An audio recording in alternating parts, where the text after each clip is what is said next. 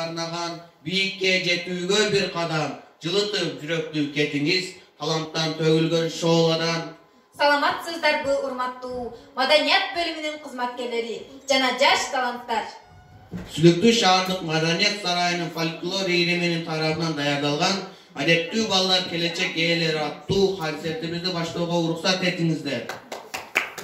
3 буроо, жалгыз тек, 3 кыл комуз, чертилбейт, күүгө келбейт, чебер колсуз. Оп-оңой, көргөн көзгө жөп-жөнөкөй, бирок да өнөрү бар, айтып болгус. Айдаралы көйрөңкү, аткаруучу болочок элдик талант Эдилбек Жамилбеков.